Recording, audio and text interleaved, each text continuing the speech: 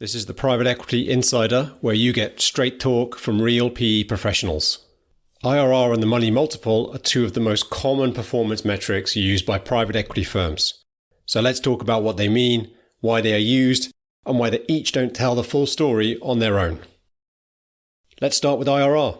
You'll often hear that PE investments or whole PE funds have a certain IRR. For example, a 15% IRR or maybe an 8% IRR.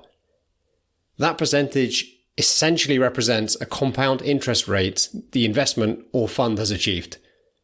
The higher the IRR, the better. But the devil is in the detail. This is the IRR calculation. It would be a longer video to work through it, but for now it's perfectly okay to say that timing is key, because the calculation revolves around the time value of money. Meaning earlier returns are considered more valuable because the cash can be reinvested to make further returns. This means that early returns in the life of a PE investment, for example a partial disposal, will generate a higher IRR, even though a lower IRR investment or fund might generate a higher amount of cash over time. The urgency of a quick turnaround has attracted some criticism that it can be gamed, either by delaying the use of investor cash or generation of early cash flows from the investments, which might have been better put to use, improving the investment's long-term value. And this is where money multiples come in. This is a simple calculation which measures how much cash you get back at the end of an investment versus how much was invested. For example, I invest $1 million and receive back $2 million. I get twice the invested amount back. This is described as a 2 times multiple, or simply 2x. The amount of time does not matter for this metric.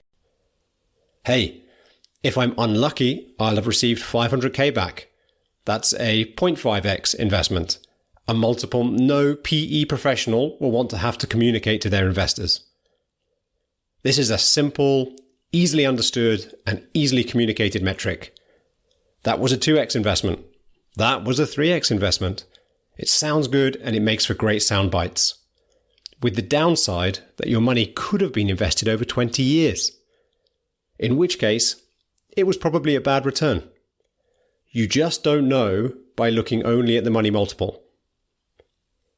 This is why IRR and money multiples are often used together. They say different things, and as an investor, you would want to know both to get a better understanding of the true picture. If you liked the video or found it useful, remember to like it and subscribe to the channel. It'll help us make more useful content in the future.